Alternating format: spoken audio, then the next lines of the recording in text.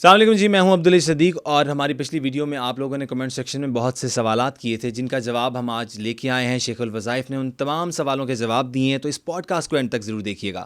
حضرت جی، ایک سوال آیا ہے بنگلہ دیش سے، جی اور سوال یہ کہ وہ پوچھ رہی ہیں کہ میری زندگی میں بہت قیامت آ چکی ہے اور ہمارے گھر میں جن کا سایہ ہے، اور ہم 3 بہن بھائی ہیں۔ کسی بھی بہن کی یا بھائی کی شادی نہیں ہو پا رہی، ابو بچپن میں ہی گزر گئے تھے اور ہم جو ہے نا برباد ہوئے پڑے ہیں، تو اس کا کیا کیجیے؟ کریں کیا آپ جو معاملات ٹھیک ہوں؟ ہماری مدد کریں، یہ ان کا ایک کمنٹ ہے۔ دو نفل حاجت کے اس کو بہت زیادہ میں نے لوگوں کو بتایا، جس کی ہر پہلی رکعت میں سورۃ فاتحہ کے بعد 11 بار قل یا ایھا الکافرون یہ سورت، ٹھیک ہے، اور دوسری رکعت میں سورۃ فاتحہ کے بعد 11 بار سورۃ قل ھو اللہ، صحیح ہو گیا۔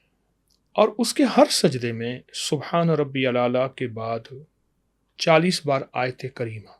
صحیح ہو گیا۔ ٹھیک، 40 بار انگلیوں پہ گن لیتے ہیں۔ ہوں، ہر سجدے میں سلام کے بعد درود پاک پڑھ کے دعا کریں۔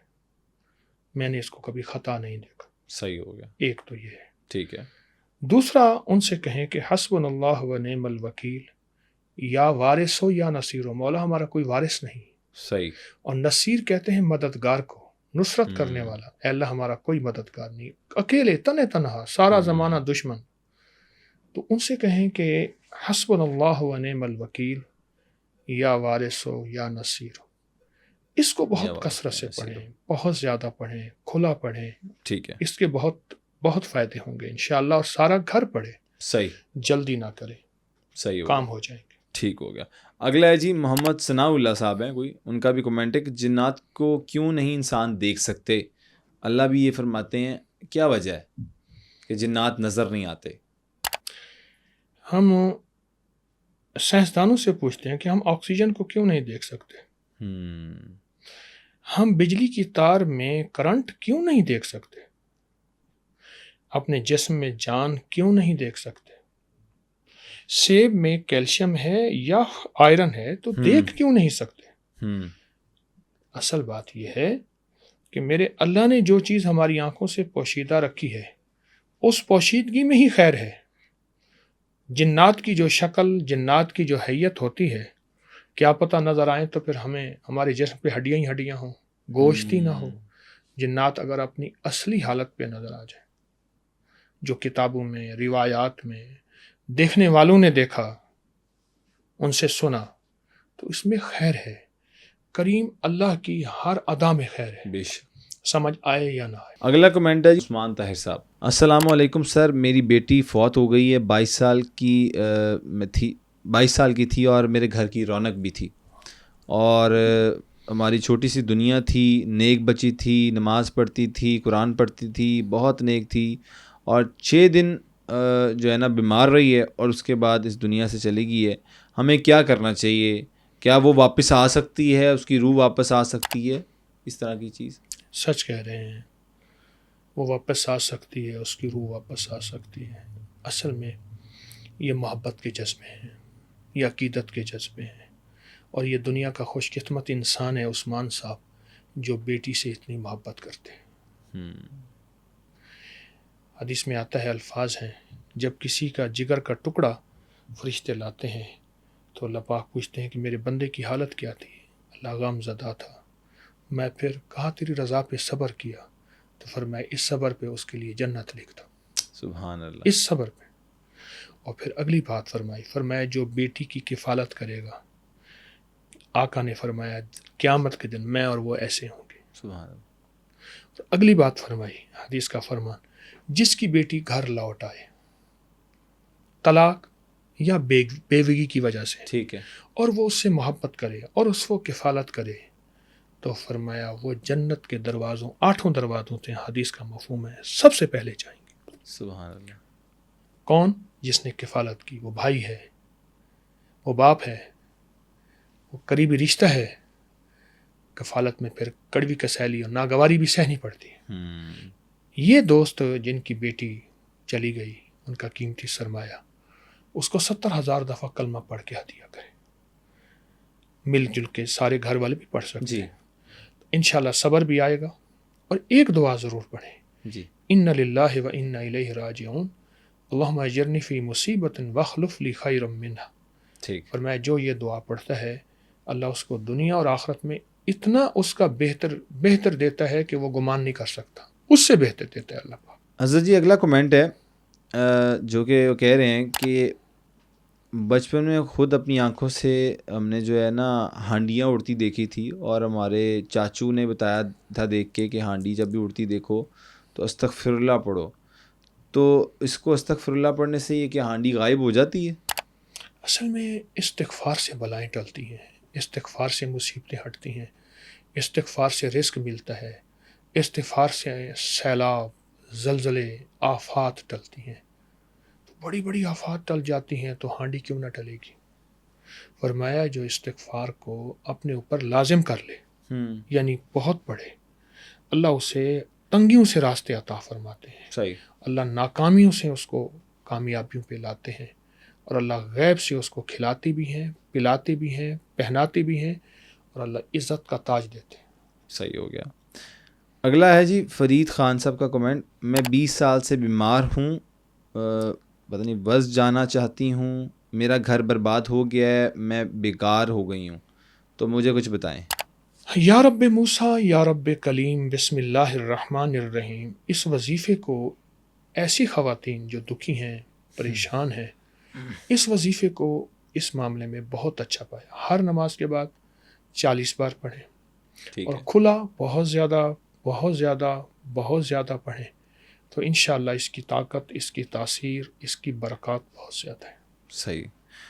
اگلا کمنٹ ہے صاحبہ یاسمین کا, سر ایک سوال کا جواب مجھے کوئی نہیں دیتا, سرچ بھی کرتی ہوں بٹ کوئی صحیح بات نہیں بتا سکتا, پلیز رپلائی می. آپ بہت انٹیلیجنٹ ہو, یہ باتیں بھی لکھی ہوئی ہیں. آپ کا میرا سوال یہ ہے سر مین, میں آپ کو اس طرف آ جاتا ہوں. آپ کا میرا اللہ یونیورس بہت مہربان ہے, تو دنیا میں اتنا ظلم کیوں ہے؟ ان کا سوال ہے, وہ ظلم کو روکتا کیوں نہیں, مظلوم کو بچاتا کیوں نہیں؟ مومن کی دنیا ہے ہی نہیں, مومن کو تو جنت ہے, مومن کی تو آخرت ہے. مثلاً جیسے آپ ٹرین میں سفر کر رہے, بوگی میں مٹی بھی آ رہی, دھول بھی آ رہی, سردی بھی آ رہی, گرمی بھی آ رہی, تو آپ کہتے ہیں کیوں آتی ہے؟ وہ کہتے ہیں تھوڑا سا سفر ہے, زندگی کا گزر جائے گا, پھر جائیں گے گھر میں ٹھاٹھ سے رہیں گے, ایئر کنڈیشن بھی ہوگا, ذرا غسل بھی کر لیں گے, کپڑے بھی پہن لیں گے. مومن تو گزر گیا ہے, اس لیے ساری خوشیاں اللہ نے مومن کے لیے نہیں رکھی. کیوں؟ اللہ نے کہا تیرا حصہ جنت میں پڑا ہے. حدیث میں یہاں تک آتا ہے اگر تمہاری ایمان کی کمزوری کا احساس نہ ہوتا, مفہوم ہے, تو اللہ پاک جن کے پاس ایمان نہیں, کلمہ نہیں, ان کو 1 اینٹ سونے کی 1 اینٹ چاندی کی دیتا. واہ کیا بات. تو مومن کی تو آخرت ہے. حضرت جی سوال ہے کہ میں بہت پریشان ہوں, شوہر کی وجہ سے ہر ٹائم جھگڑتا ہے, تکلیف دیتا ہے, اور میں پورا دن روتی رہتی ہوں, اور کلمے بھی پڑھتی ہوں, لیکن پھر بھی ٹھیک نہیں ہوتے, سخت جادو ہے ان پہ, پریشان ہوں, پلیز جو بھی یہ میسج پڑھے مجھے بتائیے میں کیا کروں. ایک تو وہ شوہر کو جب بھی آئیں, اگر جبر بھی اپنے اوپر کرنا پڑے تو مسکراہٹ دیں. یہ مسکراہٹ ایک ایسا طاقتور وظیفہ ہے اور ایسا نورانی اثر ہوتا ہے جو دلوں میں خوشیاں کھول دیتا ہے.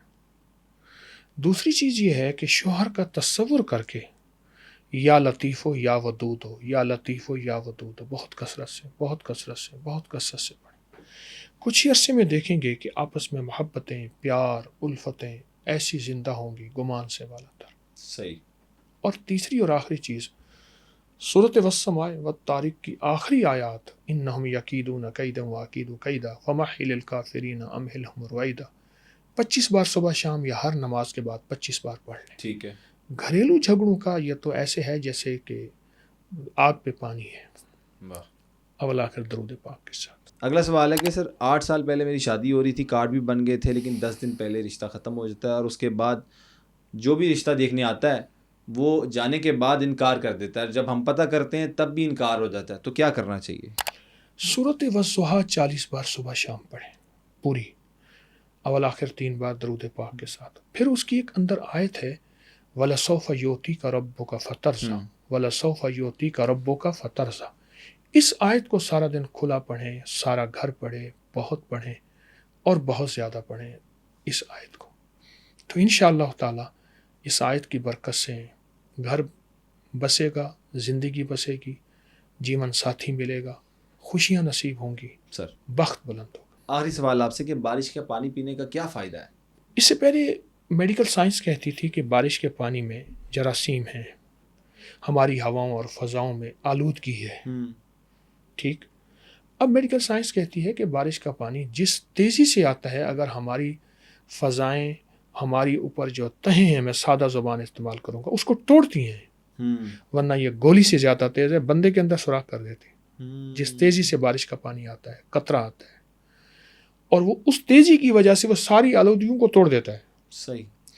اب میرے آقا نے فرمایا کہ بارش کے پانی میں شفا ہے، اور بارش کا پانی جو ہے وہ جب بارش ہو رہی ہو، جو دعائیں مانگے قبول ہوتی ہیں. اس کے لیے مصلی بچھانا ضروری نہیں، بس قبلہ رخ ہونا ضروری. دل ہی دل میں دعائیں، اللہ سے باتیں کرنا، اپنی زبان جو بھی ہے اللہ سے باتیں کرنا شروع کر دیں. اور بارش کے پانی کا ایک عمل بتاتا ہوں. جی. میں بہت زیادہ خود بھی پیتا ہوں بارش کا پانی، اور آپ سے بھی کہوں گا کہ اس کو جمع کریں، برتنوں میں جمع کریں، کپڑے سے چھان کے جو ہے اسے رکھ لیں، اور اگر بارش کے پانی میں تھوڑا سا جالا سا بن جائے تو بھی چھان لیں، خراب نہیں ہوتا. اچھا. تو ایک عمل بتاتا ہوں. 70 دفعہ اول آخر درود ابراہیمی، اور 70 بار جو ہے وہ آیت الکرسی، 70 بار آیت کریمہ، 70 بار سورۃ فاتحہ، اور 70 بار آخری 4 کل. ایک بندہ پڑھ لے، چند گھر والے مخلصین مل کے بارش کے پانی کے اوپر دم کر لے. صحیح. اب یہ 70 جادو، 70 جنات، 70 بیماریاں، 70 روگ، 70 تکلیفوں کا علاج ہے. امید کرتے ہیں کہ آپ کو تمام سوالوں کے جواب مل چکے ہوں گے. اگر آپ کے دماغ میں ابھی بھی کوئی سوال ہے تو ہمیں کمنٹ سیکشن میں ضرور بتائیے گا. دوبارہ سے ہم آپ کی خدمت میں حاضر ہوں گے. تب تک کے لیے اپنے ہوسٹ عبدالحی کو دیجیے اجازت. اللہ حافظ ناصر.